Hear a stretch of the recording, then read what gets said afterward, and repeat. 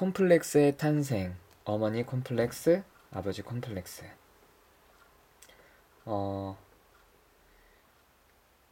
우리가 보통 콤플렉스 하면은 우리나라에서는 열등감이라는 말로 많이 이제 생각을 하죠. 하지만 콤플렉스라는 말 자체에 열등감이라는 뜻은 없습니다. 왜 열등감 콤플렉스가 마치 콤플렉스의 대명사처럼 이제 회자되기 때문인데요. 콤플렉스는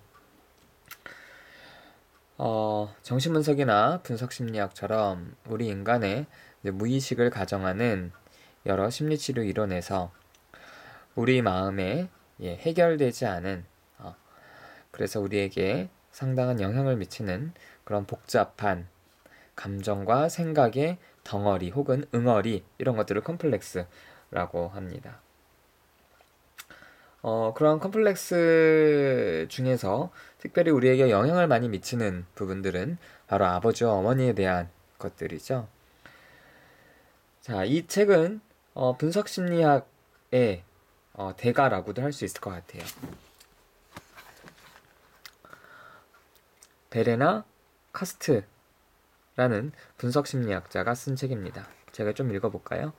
1943년 스위스 볼프 할덴에서 태어났다. 대학에서 심리학, 철학, 문학을 공부했고 융 심리학으로 박사학위를 받았다. 그리고 좀 넘어오셔서요. 취리히대학교 심리학 교수이자 대학 내에 있는 융 연구소 강사 및 분석가이다. 자신의 심리치료센터를 개원해 심리치료사로 활동하는 반면 현재 국제 분석심리학회 회장을 맡고 있다. 이렇게 나와 있습니다. 아시는 분은 아시겠지만 분석심리학은 바로 칼 구스타프 융이 만든 이론입니다. 처음에는 프로이트하고 함께 의기투합했지만 아주 오래가지 않아서 이제 자신의 독특한 이론을 이제 정립을 하고 분석심리학이다 이렇게 이름을 붙였죠. 그래서 사실은 초기 분석심리학자들은 정신분석과의 어떤 차별성을 굉장히 많이 강조하고 있지만, 지금은 융이나 프로이트 두 사람이 모두 없는 요즘에는 정신분석 오리엔테이션을 가지고 있는 사람들이나 이제 분석심리 쪽의 오리엔테이션을 가지고 있는 사람들이나 그렇게 서로를 명확하게 구분하기보다는 어떤 무의식이라는 큰 틀 안에서 굉장히 많은 것들을 공유하고 있습니다. 그래서 이 책은 분석심리학자가 쓴 주로 분석심리학 입장에서 쓴 책이긴 하지만 그 안에는 정신분석에 대한 이야기도 많이 나와 있습니다. 물론 정신분석과 분석심리학이 현대의 과학적 심리학에서는 그렇게 인정을 받지 못하는 측면이 있긴 하지만요. 그럼에도 불구하고 사람에 대한 통찰이라는 측면에서는 많은 것들을 보여주고 있습니다.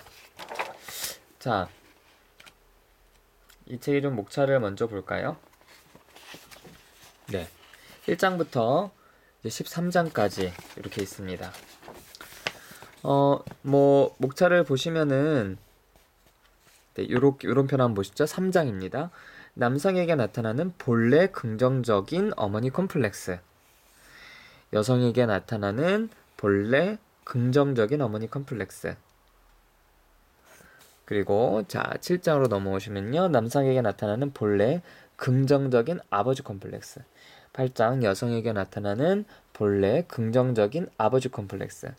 9장 남성에게 나타나는 본래 부정적인 어머니 콤플렉스. 10장 여성에게 나타나는 본래 부정적인 어머니 콤플렉스. 11장 남성에게 나타나는 본래 부정적인 아버지 콤플렉스. 12장 여성에게 나타나는 본래 부정적인 아버지 콤플렉스. 자, 다시 말해서 남성과 여성, 그리고 본래 부정적, 긍정적, 그리고 아버지, 어머니. 이렇게 경우의 수를 따지면 총 8개의 어떤 그런 개로 분류할 수가 있겠죠? 그래서 이 책은 남자와 여자에게 아버지와 어머니의 컴플렉스가 긍정적인 형태와 부정적인 형태로 어떻게 남아있고 어떤 영향을 미치는지를 언급하고 있습니다. 물론 이제 처음에는 나이에 따른 분리, 컴플렉스 에피소드의 기억, 그리고 본래 긍정적인 어머니 컴플렉스의 전형, 본래 긍정적인 어머니 컴플렉스로부터의 발달. 그래서 본래 긍정적인 어머니 컴플렉스에 대한 어떤 자세한 설명이 두 개 들어가 있는 거. 그리고 1, 2장은 어떤 컴플렉스라는 개념 자체에 대한 설명. 이렇게 좀 나와 있습니다. 그래서 이제 컴플렉스 자체에 대한 어떤 초반부의 설명이나 어떤 이런 부분의 설명은 좀 이렇게 상당히 좀 이론적입니다. 그래서 좀 이렇게 약간 어떤 분석 심리에 대한 혹은 정신분석에 대한 관심이 크게 없으신 분들한테는 좀 굉장히 낯설게 느껴질 수는 있는데요. 뒤쪽에는 구체적인 사례들이 많이 나옵니다. 동화 이야기도 나오고요. 네, 또 신화 이야기도 나오고, 또 저자가 상담했던 그런 내담자들의 이야기, 또 저자 주변 사람들의 이야기를 통해서 네, 우리에게 남아있는 본래 긍정적이거나 부정적인 아버지와 어머니의 컴플렉스에 대한 이야기를 하고 있습니다. 자, 그러면 이 책에서 한 두 군데를 좀 읽어 드릴 텐데요.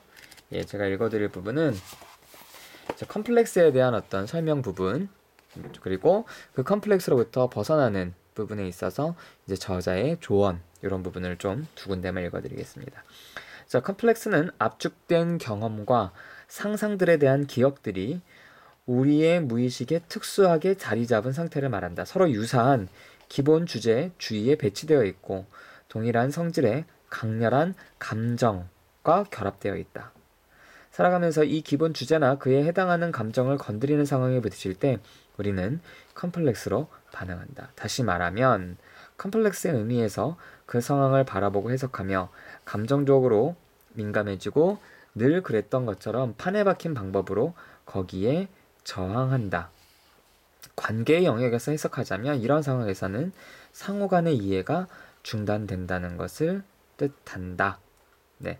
사실 이게 이제 번역책이고 또 번역책 중에서도 예, 한국말에 충실하기보다는 좀 원문에 충실한 번역이어서 이렇게 지금 제가 읽어드렸지만 무슨 말인가 보통 와닿지 않으실 수 있는데요. 좀 쉽게 풀어보자면 네, 우리 마음에는 컴플렉스가 자리를 잡고 있는데 그런 컴플렉스를 건드는 어떤 민감한 상황에서 우리는 되게 합리적이고 이성적으로 반응하기보다는요, 상당히 감정적으로 또 한편으로는 판에 박힌 어떤 틀로 반응할 때가 있습니다. 그것이 바로 우리의 컴플렉스를 예민하게 건드는 주제거나 어떤 상황이기 때문에 그렇다.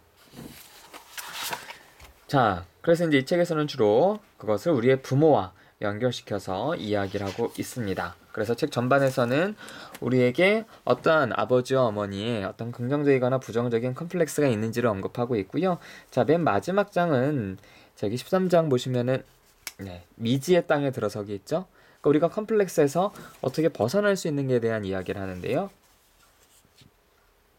자, 언제나 새롭게 태어날 준비란 익숙한 컴플렉스 영역에서 비롯되는 습관에 예, 이 습관들 뭐 사실은 우리나라 이렇게 복수 쓰진 않는데요. 그런 어떤 습관에 항상 의문을 제기하는 마음을 가져야 한다. 마음가짐일 것이다. 그것은 동시에 안정을 포기한다는 것을 뜻한다. 자신을 다른 사람으로부터 구별 지으려면 용기가 필요하다. 여기서 말하는 다른 사람은 바로 부모님입니다. 그러니까 우리가 부모님으로부터 받은 유산에서 벗어나기 위해서는 아버지와 어머니의 컴플렉스로부터 벗어나기 위해서는 내가 평소에 생각하거나 말하는 그런 습관들, 행동하는 습관들에 한번 의문을 제기하고 그리고 그것이 주는 안정성을 포기하는 게 필요하다는 겁니다. 그러려면 당연히 용기가 필요하다. 이렇게 얘기를 하죠. 뭐 저 역시 저 개인적으로도 그렇고요. 상담을 하면서 느끼는 부분은 변화는 굉장히 불안정합니다.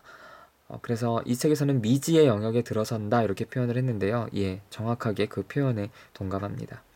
분명히 현재 상황은 우리한테 괴롭고 고통스러워서 벗어나고 싶어하는 마음도 있지만 한편으로는 이것이 주는 안정감이 있다는 겁니다. 근데 이것에서 벗어나서 새로운 변화를 추구할 때는 항상 그런 안정감이 훼손되는 그런 두려움이 수반되기 때문에 용기가 필요하다는 것이죠. 사실 번역이 깔끔하지 않기 때문에 아마 읽기에는 그렇게 쉽지는 않으실 거고요. 또 주제 자체가, 내용 자체가 어떤 정신분석, 분석심리이기 때문에 쉽지는 않습니다. 하지만 현장에서 치료를 하시는 분들이나 개인적으로 이 분야에 관심 있으신 분들에게는 네, 한번 읽어보셔도 좋을 것 같습니다. 하지만 네, 번역이 그렇게 매끄럽지 않다는 거는 꼭 염두에 두시고 책을 선택하시면 좋을 것 같습니다.